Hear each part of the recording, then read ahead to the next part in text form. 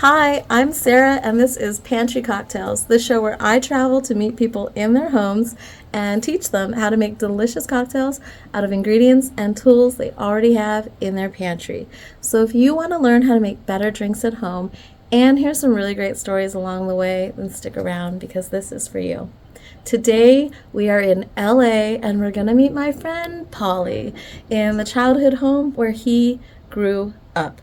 This is going to be fun. I can't wait. Let's go in and see what cocktails he has hiding in his pantry.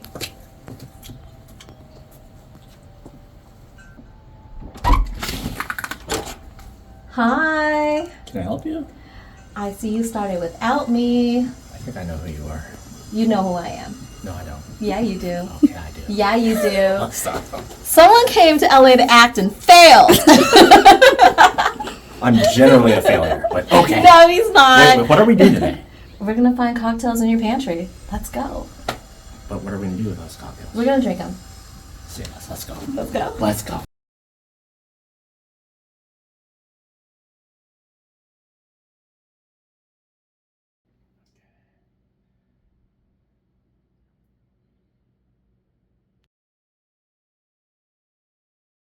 Welcome to Pauly's kitchen, where he grew up. I want you to tell the story about how we met.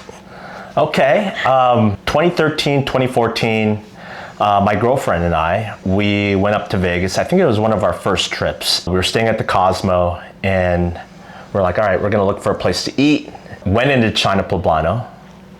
It was hard to find a reservation because that place was packed. Let's just get first available. It's gonna be a while. We sat at the bar. I see Sarah, who I didn't know at all, was just going away about her business, making cocktails, and I'm like, oh, what's that? What's that? What is that? And that's what kind of piqued my interest with what you were making, and that's how we eventually met. That is, and the part he didn't tell you is that I was making a drink, but it was actually a cocktail I was experimenting with, but I only had enough ingredients to make one, and I had a really, really good friend who you guys have met at this point named Tom, who came in with his family, and he'd let me know that he was coming. So I had made and prepared the ingredients for it, but just enough for that because the cocktail itself was a little squirrel. I see a squirrel on the fence. I'm sorry, we don't have wildlife where I'm from. We have stray dogs and cats that aren't neutered. But sorry. I had made just enough of that cocktail ingredients to make it for him coming in because I wanted him to try it. So when you stopped me and asked for that drink, I said, sorry, I can't make it. It's not for you. I remember that. VIP. I'm glad that you brought that up because I remember when you brought something out from the fridge or the freezer, and then it was like some secret magical concoction and you added that and whatever ingredients that you were putting into that cocktail was not on the menu. I'm like, I want that. It was an experimentation. Yeah. That's when he decided, yeah, she has a VIP list. I'm gonna be on it. And obviously, he is. I was but the way that you said it, I was like, whoa, I'm not even there. I'm like, okay. I'm like, just put me down to my place, all down in here and shit. I'm like, all right, whatever. No. But it was all good, and now we're here. But I mean, I did eventually give them my number. Wait, how many years later? It was a while. Yeah, it was a while. It was a while. Actually, it was at this year or last year that we actually hung out for the first time, that we were able to hang out for the first time. Let's just say 12 years later. Now we all finally hang out. Finally get to hang out, yes. like hang out as friends. Which it's because I was always working before, so he would come in and see me, bring his friends, behind the bar wherever I was working. And during my year-long self-help break, personal growth break, I got to be a tourist and a friend again and live life a little bit slower. And I got to slow it down with the people that I really enjoy, that I never got to hang out with before. I took them down to the Arts District in Vegas. We went bar hopping. So we decided to do our bar hopping early and meet up like around 7 p.m. because then we can, you know, get to bed, be responsible people, drink responsibly, and, you know, be fresh the next day because recovery time is different when you're older. So that plan failed because I think at 5 o'clock in the morning, we were at bar stop number 5 or 6, and we were having a discussion, a debate, a deliberation about a couple at the bar. Oh yeah. Very loudly, inebriatedly.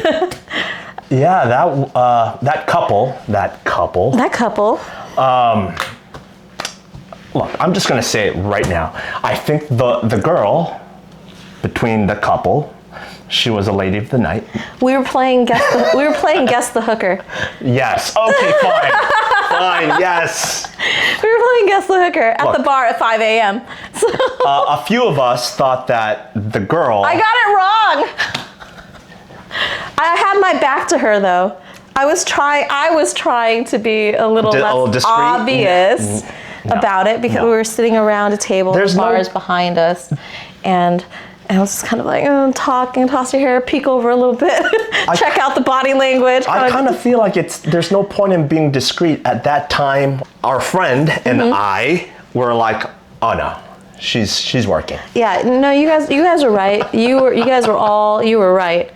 And I very much got that wrong. You heard it. I very much got that one wrong. You heard it. But we weren't the only ones debating it, because after we brought this up, and we're all guessing out loud and explaining our guesses to our group and the rest of the bar and lounge, I suppose. And I see the guy kind of looking over, thinking to him, now I understand, he was thinking to himself, are they right? Which one of them is right? He has a good point. She has a good point. Should I ask her? I can see him doing these mental gymnastics as we're deliberating.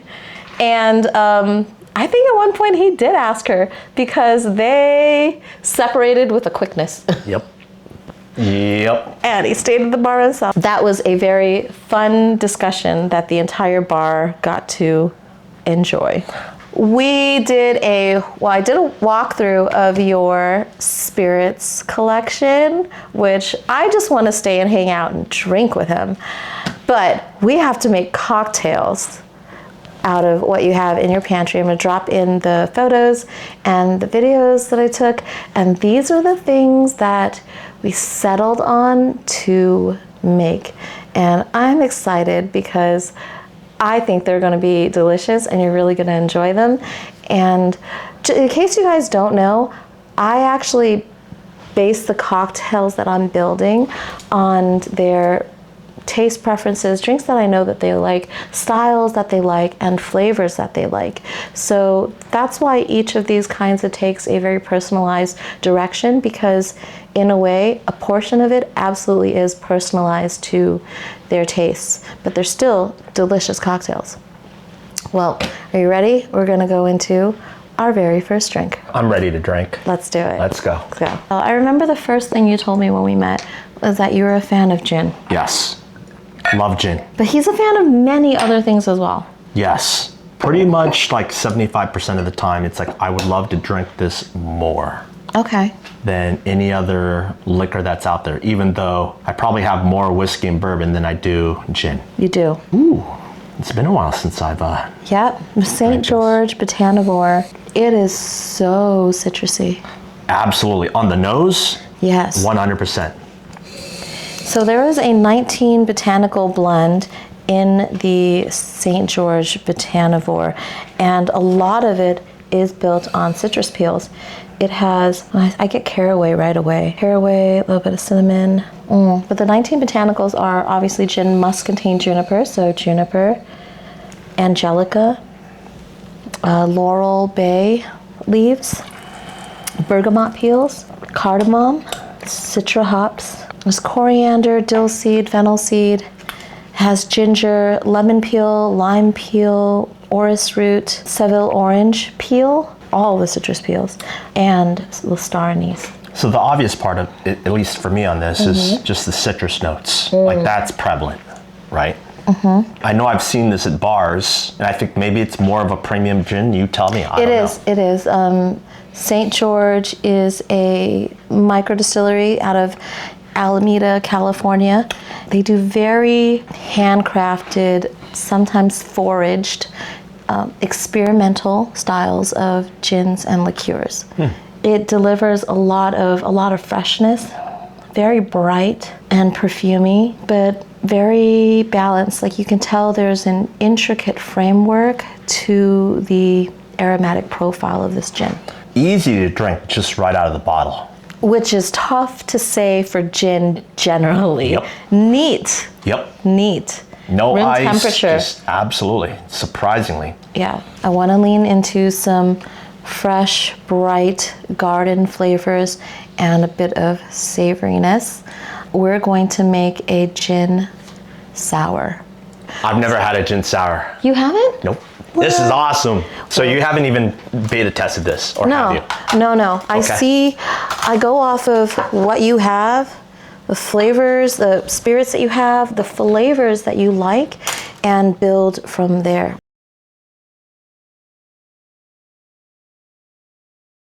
We've assembled the gathering of ingredients for this cocktail, and one of them is Za'atar seasoning, which is a Middle Eastern spice blend.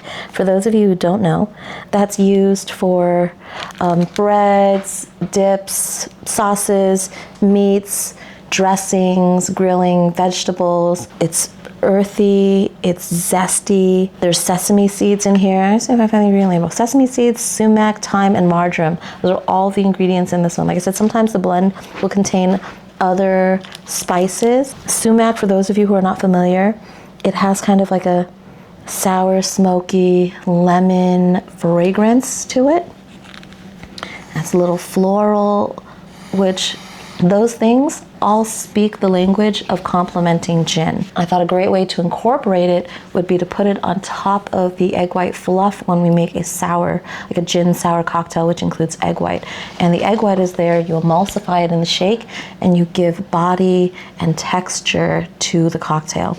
You're not adding a different taste, you're adding a texture. Because I know that egg white can be really off-putting to some people in cocktails. And you said you've never had a gin sour, a traditional gin Never sour, had a gin sour. which is crazy to me because you're a gin lover, Right. you're a gin cocktail lover, and I'm actually glad I get to be the first person to make you a gin sour. Are you going to keep talking, or are you going to make it? I'm gonna make it. I'm thirsty. Let's make it. Like hella thirsty. This on the scale. So we've assembled, I'm thinking, these yellow cherry tomatoes because they are a bit sweeter than the red cherry tomatoes, and some fresh lemon juice. We have some mint. It's been washed. All these things have been washed. Internet, don't come for me. Cucumber, an English cucumber, because it is more savory I just learned that. than a pepino. Yep. And that's what we're going for here in this cocktail. Do you have honey? Well, let me find out. Okay. While he finds out if we have honey, I'm going to measure the cherry tomatoes for this base recipe. We're going to blend the cherry tomatoes with the cucumbers with the mint. Lucky number 8. All right, 140 grams of cherry tomatoes. And then we're going to do... So the thing about cucumbers is when cucumbers ripen, they ripen in a gradient, as most fruits and vegetables do. So as it ripens from the bottom, and it actually moves up. I'm not gonna grab it, it's internet. I'm not gonna grab it, I'm not touching it. So it goes up, and the bitter compounds actually get concentrated in the top end right here where the fruit attaches, where it attached and was cut from the plant. So that's where the bitterness is concentrated. You want to cut that off. So I think we don't have agave. Actually, I know we don't have agave. Okay. Honey. Okay. I don't see any honey here. Which Okay. I find it extremely hard to believe that I don't have honey here. Let's just do, you want to make a 1-to-1 simple syrup? Okay, sure. Just measuring cup water and sugar, equal parts. You're gonna have to coach me Yeah, through making a simple syrup. yeah, sure. Okay. No big deal. Never made a simple syrup. Nope. Stop. I'm so basic.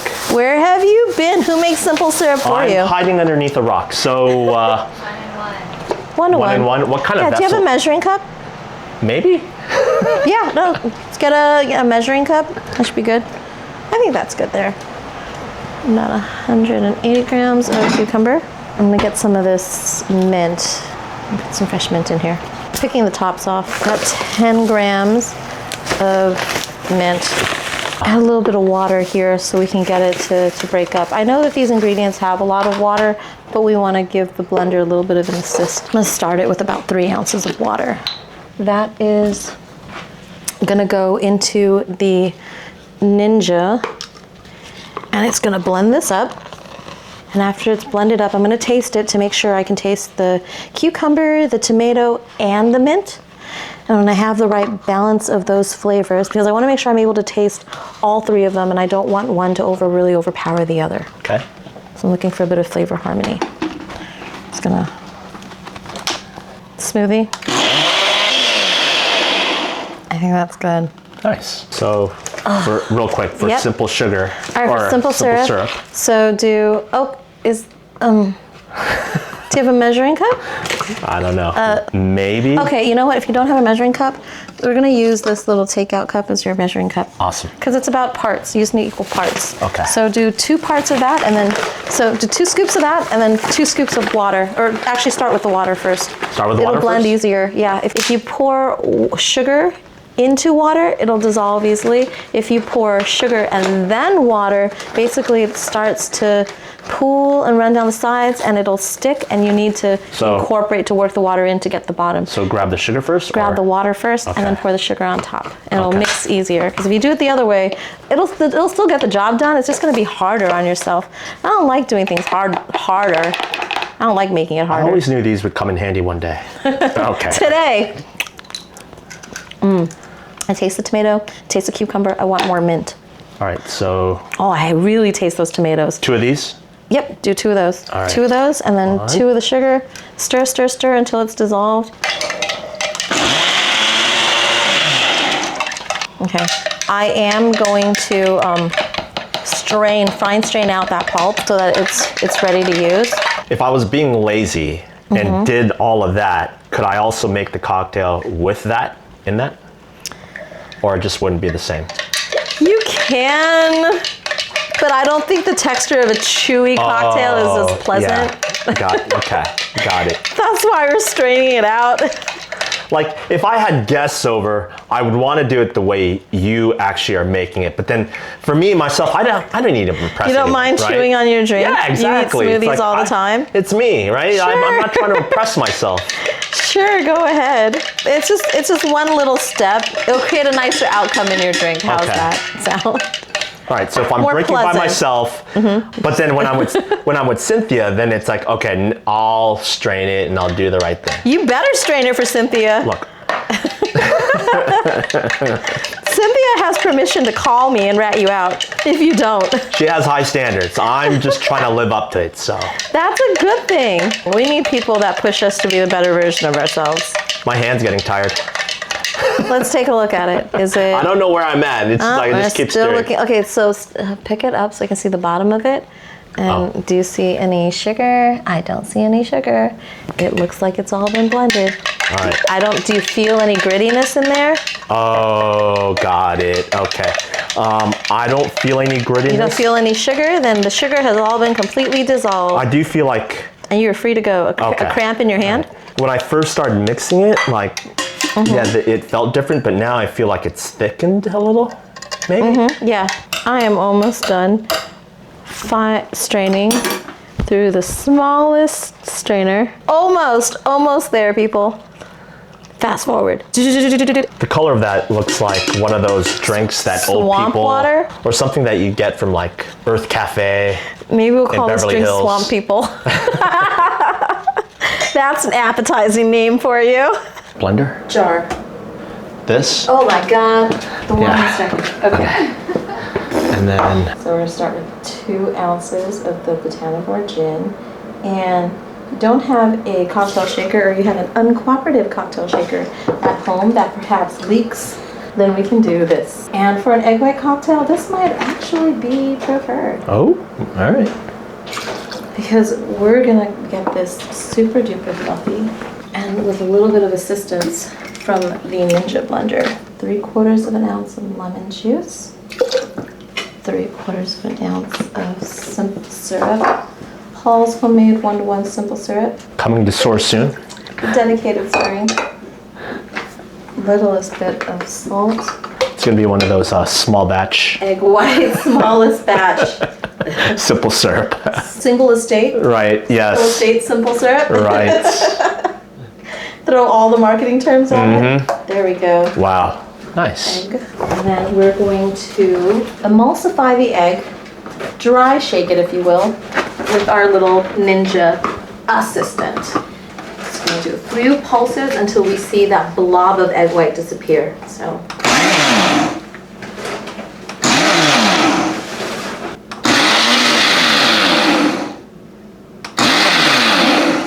Wow, that's it. Pulse it 6 times. All right. That's it. That was our Ninja dry shake. Then we're gonna switch. I'm just gonna get a couple of pieces of ice and shake it a little bit longer.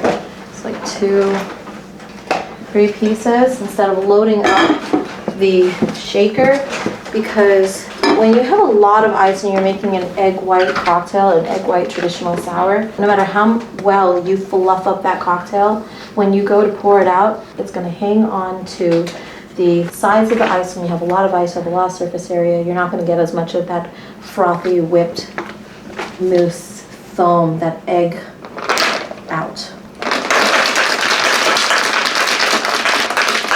Don't actually need to shake it as much, I just need to get it colder. Now we are going to strain that.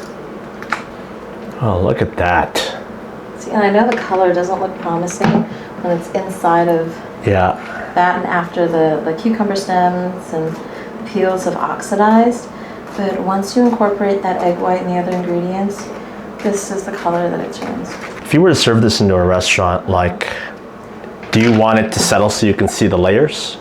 You can, I mean you can, you give it a little bit of time and that egg white layer will separate and the mousse texture will come up to the top and you'll see this delineation. Yeah. But right when it's fresh out of the shaker like that, That's almost like, literally it looks like picture perfect, absolutely Yeah. picture perfect. Just a gorgeous cocktail. Like I said, with egg white, right away, you want to hit it with something to cover that funk. That's why you see bitters being added to the top of the cocktail.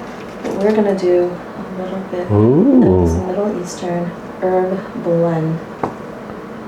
that looks pretty. Oh, damn, that smells good. Oh, I'm so excited. Can I get a hit of that, or? All right, Paul, are you ready? I'm ready. To try this cocktail? I'm ready. It's so pretty. Okay. See, who knew you can make drinks that look this good at home? All right, let me get a hit of the nose first, and then. Yes. Evaluate the thyme, the marjoram, the zesty sumac, the sesame, the toasted sesame. God damn, How is it? that's great. Yeah?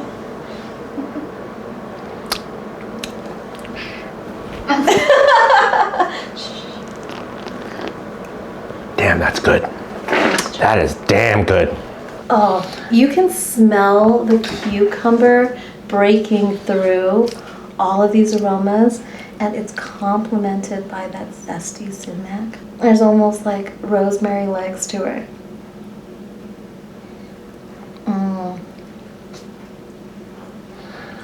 It's like light, fluffy, aromatic. Damn. Very balanced, delicious, fragrant. You get the savoriness of the tomato and the cucumber. You get that mint, that freshness of the mint and the cucumber coming through. That lemon just brightens the whole profile, but then topping it off with the Za'atar. It gives you toasty sesame, and through all of this, the gin is well supported. 100%. Yep. Like, That is delicious. That is. All right, welcome back. We are now going to be moving on to cocktail number 2.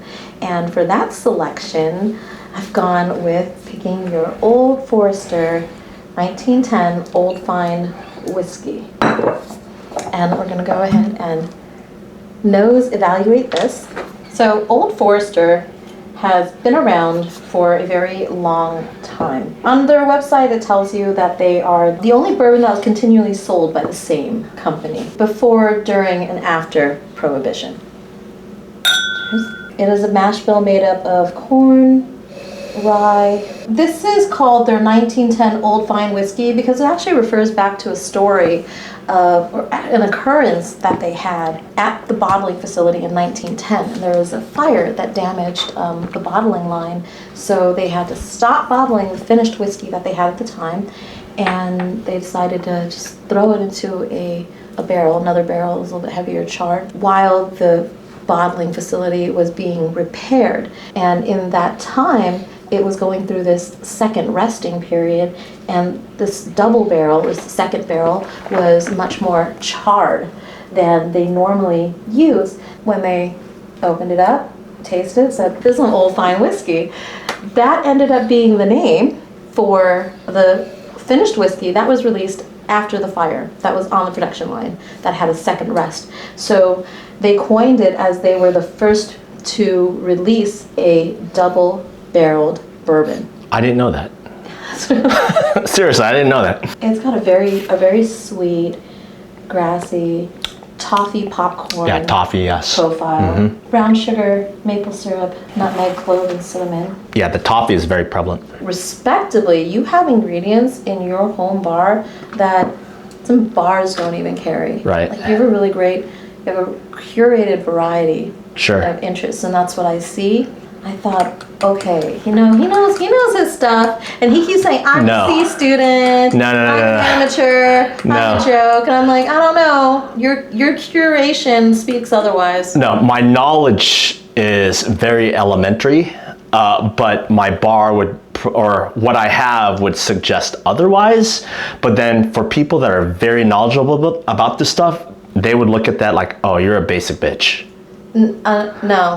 I'm being serious. No, who told you you're a basic bitch? Look, if everything that you drink for whiskey is Buffalo Trace from that family, I mean, that's your preference. that is my preference. I wasn't talking about that. I was talking okay. about like everything Oh, just in general? as a sum. Okay, yeah. Having a singular focus on something, I don't see anything wrong. Nerds generally have a singular focus. I find that to be kind of fascinating. Did you ever go up and talk to a nerd at I avoid them. What? No. No, I'll talk to them for like 2 minutes, and then after a while, it's like, okay, I'm done. You gotta find that button to push of like their interest.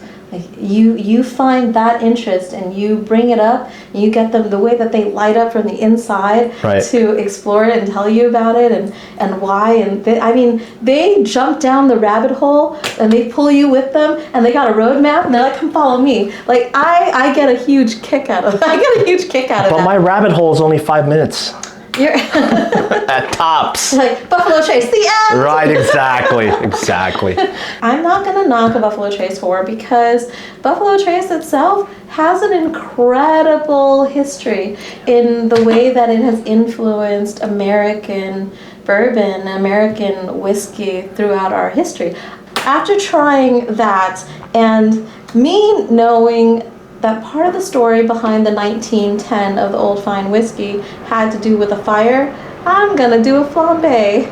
Oh, wow. All right.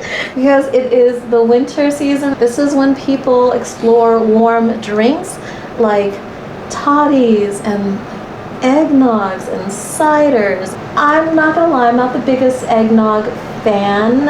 I love the body.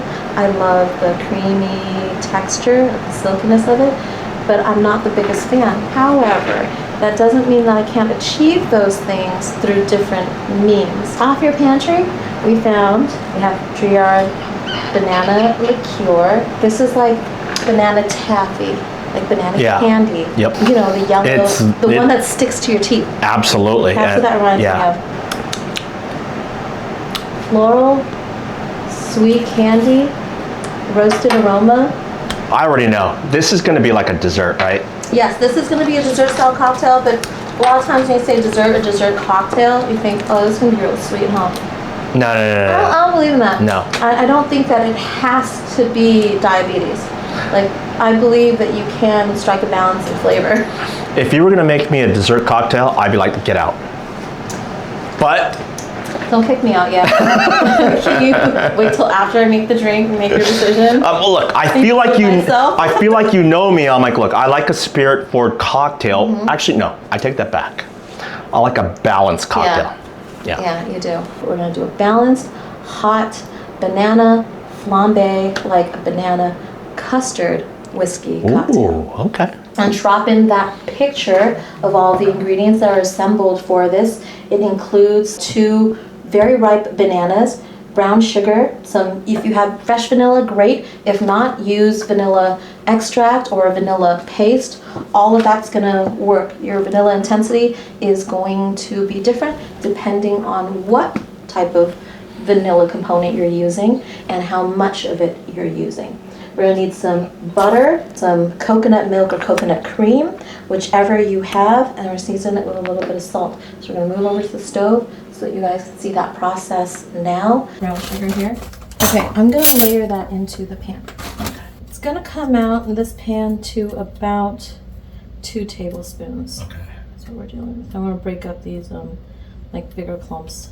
That's set to medium heat. As that goes, I'm gonna start slicing these bananas. So And you're gonna use the whole banana? Yeah, I'm gonna have the whole banana. Well, not the peel. Okay. Yeah. My dad likes to use these peels to like whiten his teeth and like whiten his skin. So for his skin spot, his like brown spots on his face, my dad. I've actually seen it work. I've yet to do it myself, but Okay. I did try the banana tooth whitening.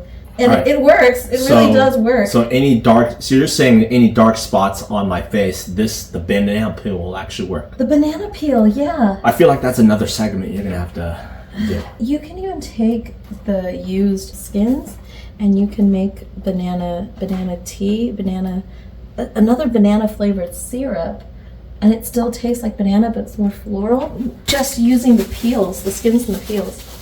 And I'm gonna add a little bit of butter to this. Okay. It's like a tablespoon. We're gonna let that melt in.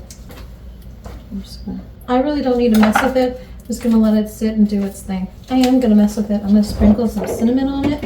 So 1/4 teaspoon of ground cinnamon. I'm gonna sprinkle that over. I was shaking them because I wanted to see, some brands of coconut cream are really, really, really dense and thick. Mm-hmm. And some have more water in them. This is a little bit on the thinner side. So I wasn't sure if I wanted to do coconut milk or coconut cream until I picked them up and shook them.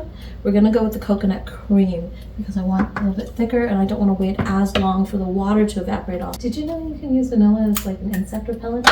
Yes. I don't know anyone who knows that, and I'm How always did you telling. know? How did I you know? Because How did you know? I hate bugs, and I read it somewhere one time. I'm always trying to find like natural ways to deal with pests because I do organic gardening. Right. I was reading somewhere and it said that they didn't like the smell of vanilla. So I got some vanilla extract on a buggy night and I rubbed it on myself and it kept them away from me. I said, more people need to know this. More people need to know that you can use vanilla extract, which everyone has in their pantry. I'm never going back. Well, look, I think Cynthia actually likes the smell of vanilla, so I feel that if I wear that on myself, it'll just attract It'll her attract her. So it is an insect repellent, but a Cynthia attractor. Yes. Careful who you tell about that. Right. Everyone's going to be wearing vanilla. Right. And Cynthia's going to not know where we're going. It's the strangest thing to keep in my car, but I keep a bottle of vanilla extract in my car. I'm hearing sizzling, but I'm not getting softening. So, that one. Mash it up a little bit because I want to soften them. I start real easy with that brown sugar because I don't know how sweet the bananas are. You could just always add it in. Exactly. Yeah. But if you go too much, you fucked up. Right. When those bananas get soft, we're going to mash them up really well and then go ahead and add that whole can of coconut cream and stir that in with a couple pinches of salt. I'm going to taste it, and I think I want a little bit more banana flavor, so I'm going to add a shot, about 1.5 ounces of banana liqueur and some more cinnamon. And then stir that in, and I want some coconut flavor, so I'm going to add the coconut syrup in here and taste it again. Oh, that's dessert-like. So now this is going to go from this to this, hopefully with as few incidents as possible. Okay. I'm not certain if I might want to add a little bit more of the Drillaud. Yeah. I'm not sure because of how sweet it is. Right. And I don't want to fuck up the sweet, Right. the sweet creamy balance that's in here. I don't want to overdo it, so I'm going to wait until after I've added the whiskey and then decide. Yeah, because the banana flavor is prevalent in that. Mm-hmm. Yeah. It is, and so is the coconut. Oh, yeah. Yeah, you get the banana, the coconut, the cinnamon's like warm, but it's just kind of like a background character. Yeah. He's just like, he's mood music. Right. It's hot, so I'm just gonna pulse it.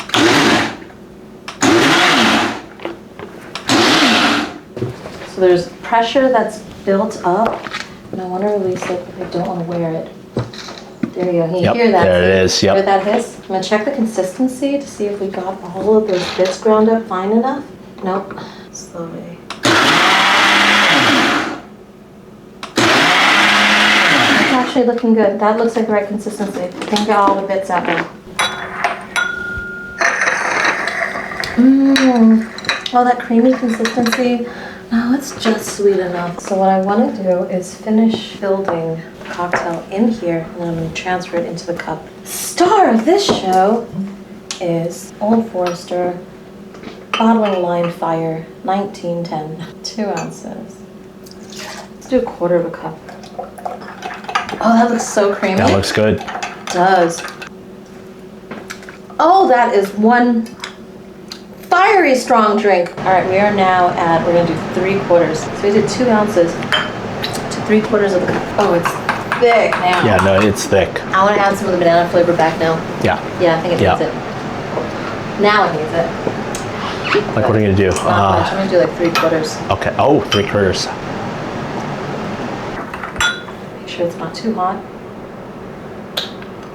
Cups. Nice. I don't want to get it on the plate, so I'm gonna just take this on the side. Just gonna grate a little bit of fresh cinnamon on top. Here, Sin. All right. Hold on. Cheers.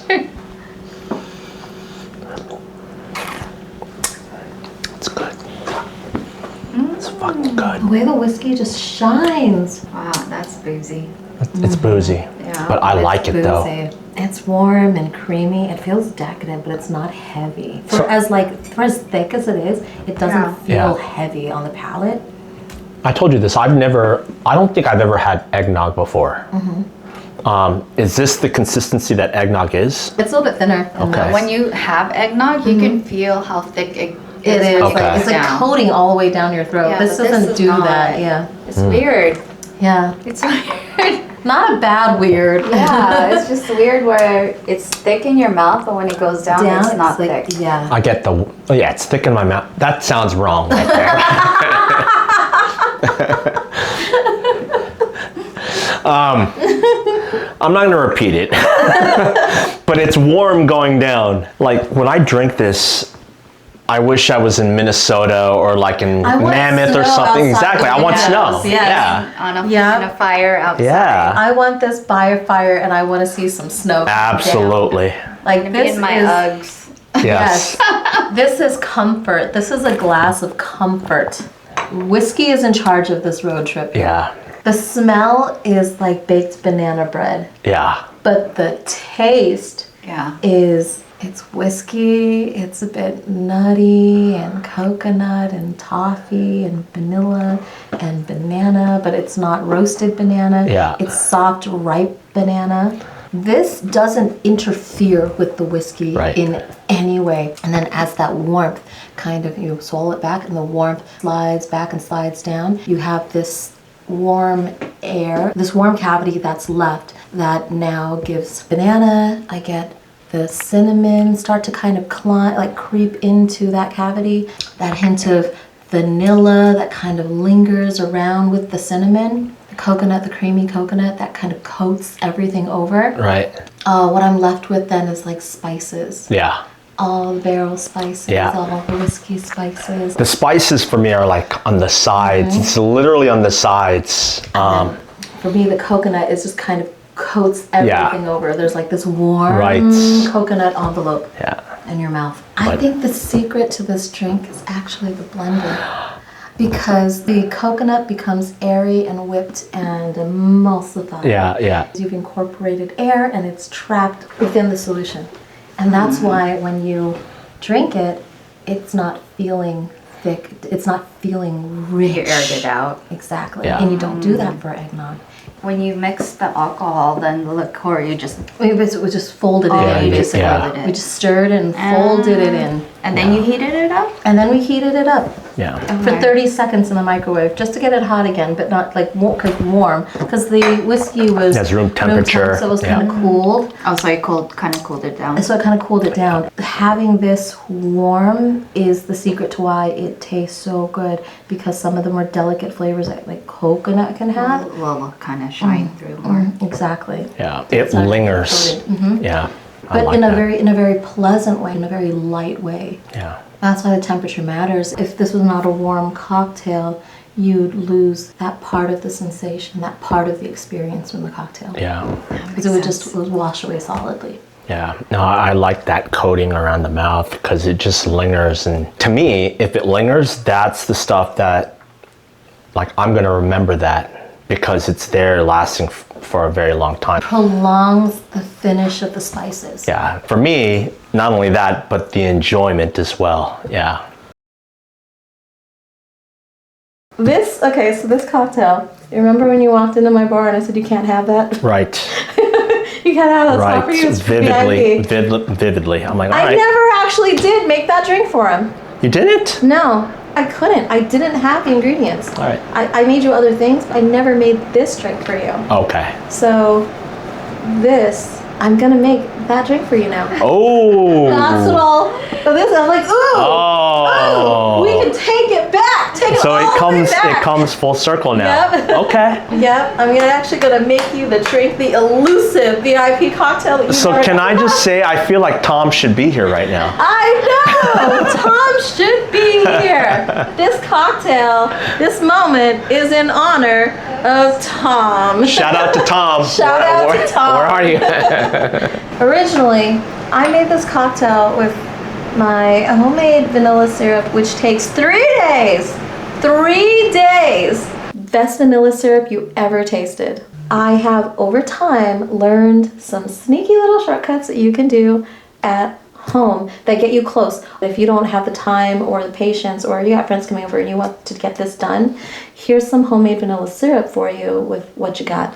Simple syrup that we already made earlier for Paul coming to stores soon. Some vanilla extract, or combination of vanilla extract, vanilla bean paste, add that to it and get vanilla flavor. So there are sneaky little tricks that you can do with things that get you close. So we're not doing my 3-day vanilla syrup, but we are doing the vanilla cheat code that I learned. Okay. Okay, so what we have here is about just a little over 6 ounces of vanilla syrup. I'm gonna start with a cap. Oh, sorry, simple syrup. I'm gonna start with a cap. It's gonna become vanilla syrup right now. So we're gonna do a cap of this, and I'm gonna stir it and taste it and smell it and see if that's an intense enough vanilla flavor. And you can do this with coconut extract, lemon extract, peppermint extract. You can dress up your simple syrup, which is just sugar and water. And just adding that. Yeah, literally pantry items. Almond extract. I need to stop buying that stuff. That's crazy. So you're saving me like $8 to $12 if I actually make it myself. Man, if you went and bought this, it's like $8 to $12. Yeah, for this much. Right. For this much, yeah. And we just did it with sugar, water, and a little bottle of vanilla. Ask me how I know. Don't ask me. I'm just. Try the same way that we all talk there. And we're gonna smell it. Creamy vanilla. Can I get in there? Yeah. Okay. Get your face in there. That's what she said. Yep. Hold on. Okay, no, I'm not going to do that. Taste. All right. Oh, give me your hand. Oh, God, I'm an idiot. I told you I was a C student. I was like, You know, I didn't believe you before. it becomes more obvious as the time goes on. Okay. So for me, I need a little more vanilla flavor for this. So Okay. now we adjust. I'm gonna go one more cap. I want a little bit more intense vanilla flavor for this cocktail. And that's just because the Siete Leguas Anejo isn't as deeply aged for an añejo, right? So it's got a very, very light color. There we go. Vanilla, bam. Oh, yeah. Vanilla, bam. Yep. Look, I'm going to market this. I'm going to sell this. Paul's gonna sell simple syrup and vanilla syrup Right. for $8 to $12 a Right. bottle. Small batch. Pear and cilantro, lime zest, quince, oranges, some Raisin, yeah. cooked agave, of course. I don't know why, but I feel like there is texture, which is that, what you said, that raisin part. A little bit of toffee, light. Yeah, I got a little bit of that. It's good. And coffee right on the back end. Siete Leguas. This was founded in 1952. And it's called Siete Leguas. I don't know if you know the story, but during the Mexican Revolution, there was a people's hero, Pancho Villa. His horse was named Siete Leguas, which means 7 leagues. And a league is a unit of measurement. 7 leagues is about 42 miles. The significance of the horse's name was that they said that horse could run for 7 leagues without getting tired. It has 2 distilleries. So they had the first distillery, and then they opened a second distillery. This is in Los Altos de Jalisco, in Atotonilco, NOM number 1120. There are 2 production facilities that they have. The first one is called Fábrica El Centenario, and the second is called Fábrica La Vencedora. That was built in 84, and it has the roller mill that was added to the line because the first production house had the original stone wheel and the horse that pulled it. There's a picture of it on here. Actually, if you look right there. Oh, okay. So that's the Tahona wheel and the horse that pulls it. Yep. It's called an artisanal blend because it's a blend of the Tahona and the shredder method of extraction. If you were making this up, I would absolutely believe you. But the fact that you're pointing the pictures on right, top. exactly. Like, oh, you're not bullshitting. Okay. Not pulling your leg on that one. Nope. And yeah, they have stainless steel, copper pot stills, and this is aged for 24 months. Their añejo is in American oak. They're cutting it with water from spring water that's actually higher in elevation from above the town because there's actually a river that kind of runs through. It's between the factories, but they're not pulling water from the river. They're pulling from a natural spring that's higher. Most people know Siete Leguas because it used to produce Patron. It was the original Casa de Patron. Really? When Patron was first made, it was produced at the Fábrica El Centenario. Interesting. Yeah. Okay. That was before 1989 when their contract ended, and they broke out and created their own facility. They acquired a 3rd facility back in 2010. Not Patron, but the Siete Leguas. So what goes into the bottles is 75 to 80% of it comes from their own fields. The other 20-25% they buy on the agave market. That is pretty unique because most agaves for distilleries, the majority of it is purchased, not estate grown. So if it says estate grown on there, understand that that is actually much more rare for tequila production. Yep. Another thing that Siete Leguas does is they will filter their finished tequila through cellulose pads and cellulose filters, which they filter out. I hate that they call it impurities or undesirables because it feels like they're trying to denote that there's something wrong before filtration. Yep. It's completely safe off of the still. After the cuts, the master distillers made the cuts, it's completely safe at that point. The filtration is it's a personal decision that every operation can make, but it influences texture, final taste, and aroma of the product.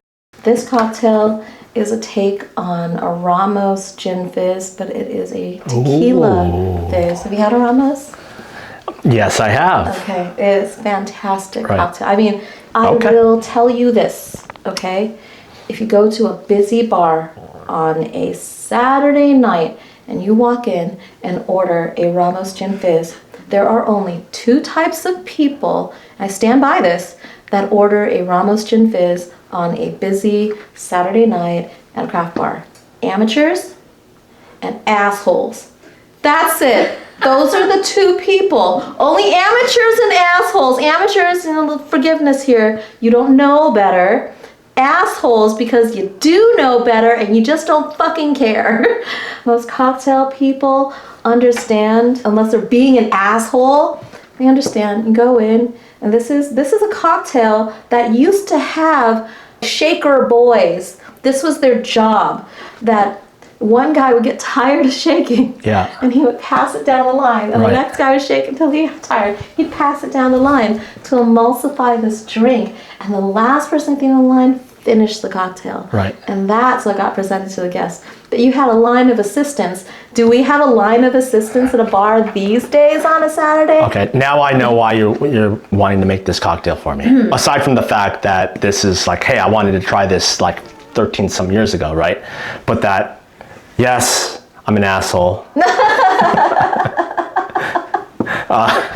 And yes, I don't know shit, so it's like, all right, well then, check and check. Paul's that, done. Let's go. And 13 years ago, okay. But Tom is not an amateur or an asshole. No, but you want, well, did you know that, well, you were just making that for him though, right? Oh yeah. Oh, okay. Yeah, no, I knew he was coming in. It wasn't a crazy business, and it was not on the menu, but this was an experimental cocktail I had learned from my mentor, Juan Coronado, who I love, respect, and admire forever and ever.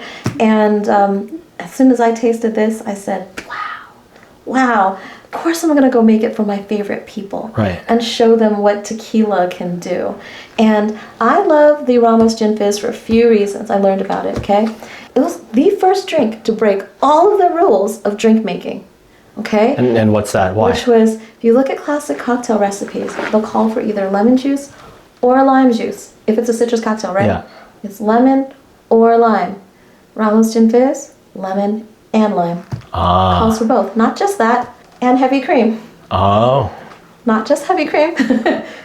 Also, egg white. So it's like cream, lemon and lime. Yeah. And egg white. Right. We're not done. We're not done. Like, those are not. I'm done. Right. You've already lost me. Club soda. It's breaking. It's literally breaking all the rules. Literally breaking all of the rules that have to do with cocktail making. Literally broke every rule. Yeah. You know, and then and it's like heavy cream, club soda. Right. What? It's like, hey, fuck you. I'm gonna double down. Egg white, club soda. I'm doubling down on everything. Orange blossom water. But when you assemble this drink with 15 other assistants, it's fantastic. This is a special class. All right, let's get that shaker blender thing.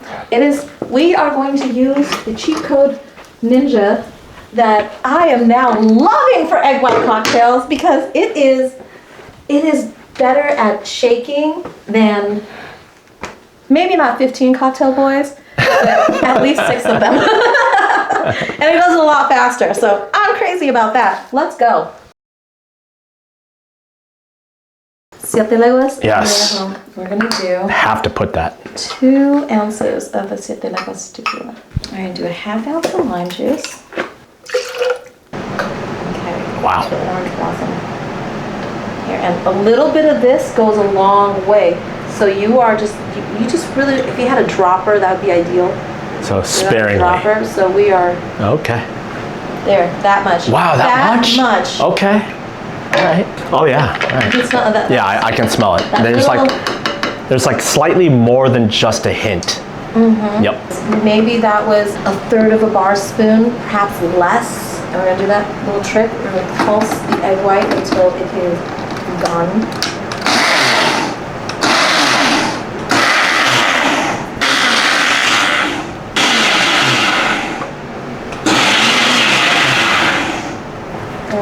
couple big cubes of ice.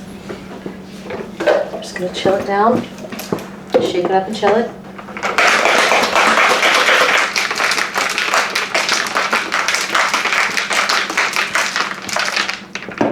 Strain that out. Now here's the part where I need you to be patient. It's empty, you got all that fluff. This little trick, you're gonna come by and kind of tap it. Try to encourage that separation. I'm gonna set this in the freezer. This is why you saw me pull the drink out of the freezer. To set up, we're not gonna get that height. over the top height presentation. The best part of the Ramos is that stiff, fluffy top, not height. But the glass is tall and the ratios, the proportions are gonna be low. To get that elevation, I'm gonna have to add a lot of club soda. I don't wanna do that because I'm not trying to water down the drink. What's more important for me is that the texture and the taste of the cocktail be right. Now the club soda part has to be nice and cold. It's important for it to be nice and cold. And then, do you see how the spoon has a spiral? Yep. You pour down that spoon and go pour down that spiral. Can you see that? Oh. I said I don't want to put too much water into here because it's still without the taste of the cocktail. Yeah. Remember, it has eggs. We're gonna get rid of that egg funk. I grated some cinnamon on top. Sprig of mint. Nope. Here. Twist it around. Wait, you're not gonna like hit it? I am trying to interfere with that. Devil's working against me today. Man, I don't want to fuck with that. That looks so pretty. Sim, is this yours? That looks so pretty.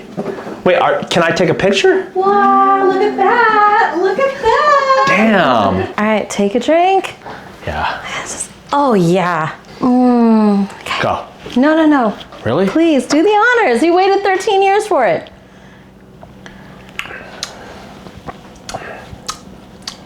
That's good. That's good. It's like complex because like the minute you take it, when you sip it, you taste that alcohol, but then all the flavors just come rushing in right after that. It's like all the flavors coming in rushing after that.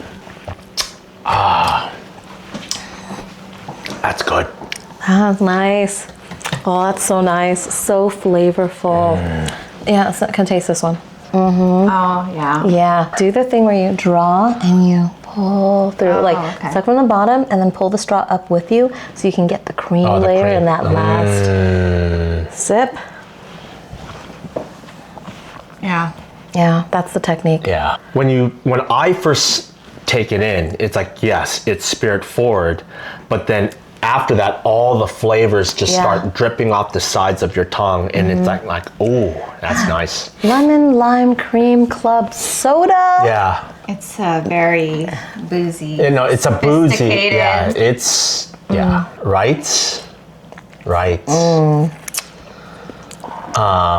But way more complex. I mean, that on the nose and the mint. Very happy with the flavor development. No, With the friendship development. yeah, I mean, look, it took 13 years. Yeah. 13 years. Yep. See, you Is he finally talking to you or me? I don't know. Both. It's both. It's both. It's both. Yeah. So you finally deserved the drink. Yeah. Finally. Or we did, actually. I was there too. Yeah, because I clearly remembered telling you, I'm like, hey, I want that drink. And you're like, no. Can't do it. Can't do it. No, but I just remember, and don't take offense to this, but like, I just remember saying, oh, I want that drink. Whatever he's having, I want that drink. But the face, the look on your face. That's just my face. No, you're not. It's like, no, you're not worthy of it. I remember we went back to the menu and we're like, you don't see it on the menu. Yeah. Like, what the hell is that? Right, exactly. What is that? Yeah.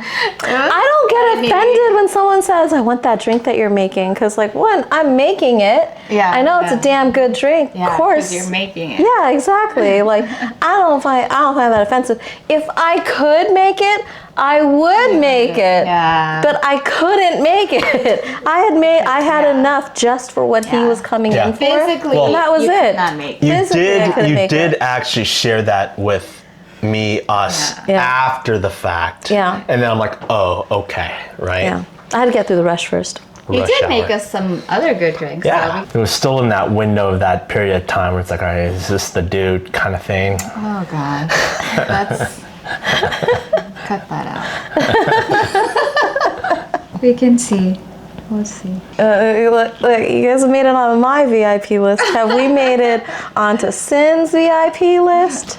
Look, it's every day I have to earn it. That's just the thing. It's, you know. High five. It resets. High five, it girl. resets. It resets every day at 7 a.m. and it's like, all right, what do I gotta do?